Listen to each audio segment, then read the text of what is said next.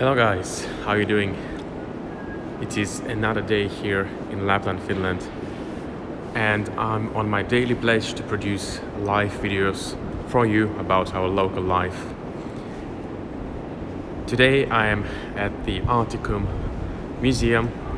This is the place to learn about the local history, local people, flora and fauna, and I think actually somebody on yesterday's stream asked for such a museum, so I decided to go here and pay a visit. There are many interesting things here on display. This one, for example, it's the huge amethyst stone found about 110 kilometers from here at the amethyst mine. Totally huge and awesome. And we are inside the Arktikum house, which is a monumental structure in Rovaniemi center with a huge 160-meter glass dome. And it's noon. As you can see, there is not much daylight outside. We are literally in the darkness here, in the darkest times of the year. So we are somewhere in the middle of the corridor. The entrance over there, the lobby is over there, and the exhibits are situated inside of these walls over here, so the halls are over here inside this.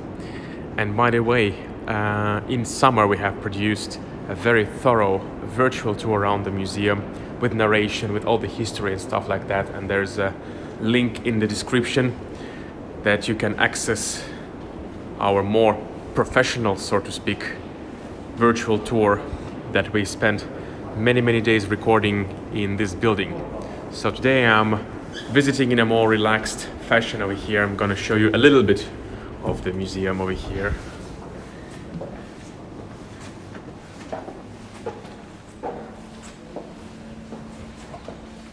And here we have an exhibit which tells about the Northern Lights.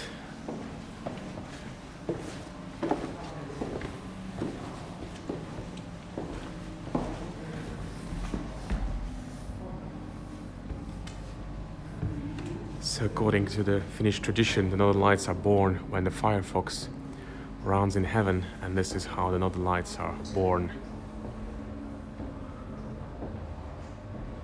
And according to the Sami people, the Northern Lights were related to the spirits of the dead.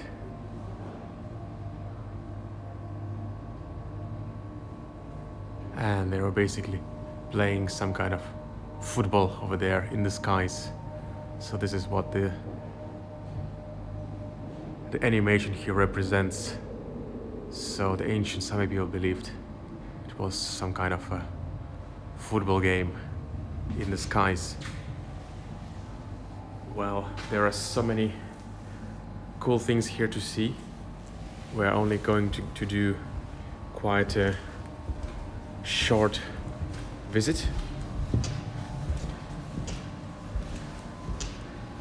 This exhibition over here tells about the northern peoples, the faces of the north, about the indigenous peoples living in the Arctic, not only the Sami people but also Nenets people in Siberia and Eskimo in North America.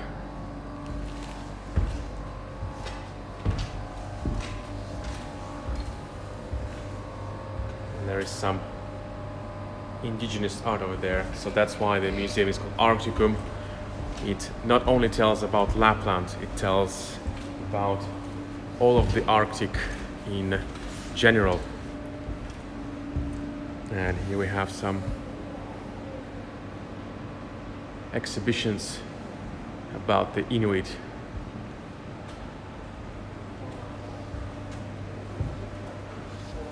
And we have some canoes over there as well, and up there as well. Oh, look what we have here. We have some fishes. These are the Arctic char, if I'm not mistaken. And these are whitefish.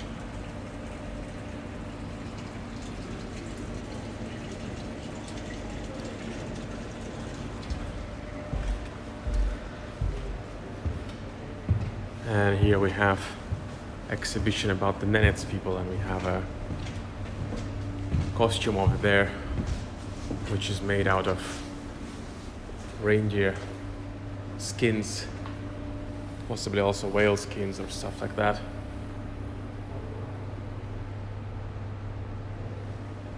And the boots, quite stylish.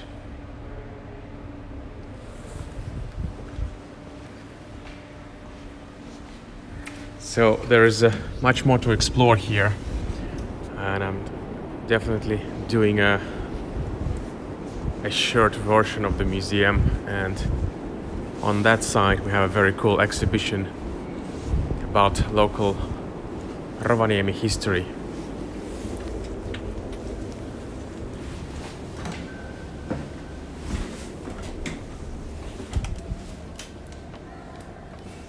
So this hall over here tells about Rovaniemi, the recent Rovaniemi history.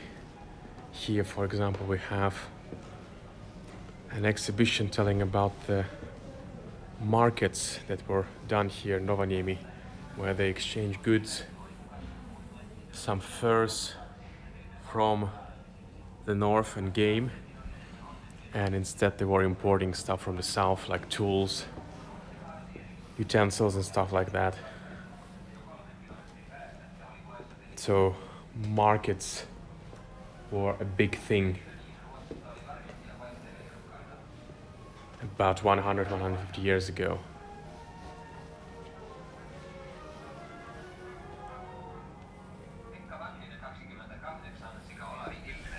And here's some of the recent history.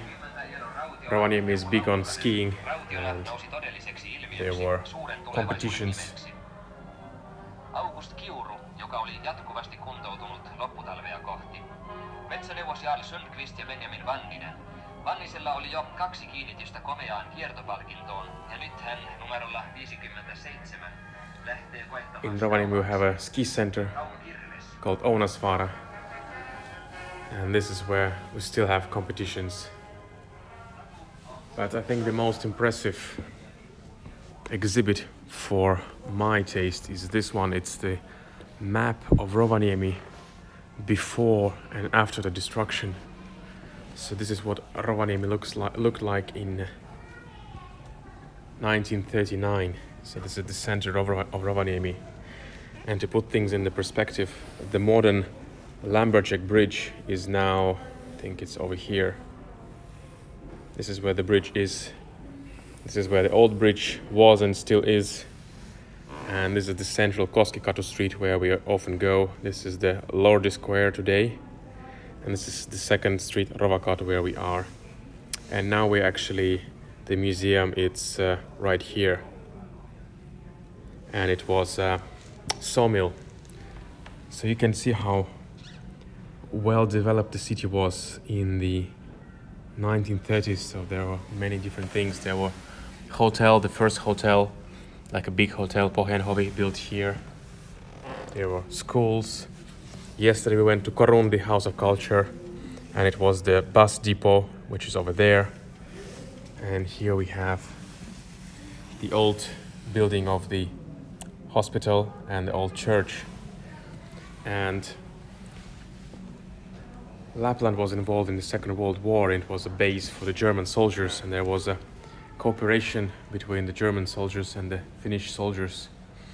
But after the German soldiers had to leave, they burned everything. And this is the second map of Rovaniemi from 1944, and you can see that everything is destroyed, basically everything. The railway station totally gone. Only few buildings left. The Korundi House of Culture survived. A couple of buildings. This one is still standing. This building over here, the small part of it, not the rest. This one is still standing. This one repaired, still standing, the old Martini factory building. And the sawmill was totally destroyed, so it was wiped clean. And after that it was the city beach, and now it's the Arktikum museum. So we are somewhere here. and the whole center was destroyed as well. So nothing left standing, and the bridge was also destroyed. So this is my favorite part of the history of the here, and this exhibition tells about the Second World War and the hardships and the cooperation between the local people and the German soldiers.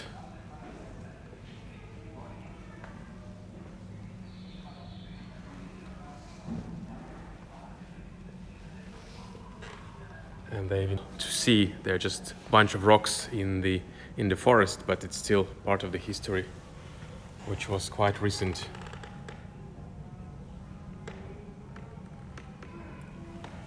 And here we have a map of Finland. So in 1939, the Soviet Union, they attacked Finland, and Finland stood still, but in the end they lost some areas over here to Soviet Union. And the red dots here are the destruction, where the German soldiers burned everything. So they had to do some major reconstruction. And in the 1950s, Finland received the aid from the predecessor of UNICEF. So Lappish, Finland was one of the first areas in Europe to receive aid like that. And the swimming pool before reconstruction, 1970s. The markets, kuumia nakkia, hot sausage over there, reindeer horns. This is, I believe, the shop. Martini building over here. This one is still standing, so I believe it's like 50s or 60s. Oh, and this is my high school. This was built in 1950s. This exists. This, I have no idea where this is. Starts to be color photo. Anyway, there is lots and lots to learn about this place, and if you follow the link that I've provided in the description, you can access like the full video that we did. It's a well-made professional video, but I've been shooting here for a couple of weeks with my cameras.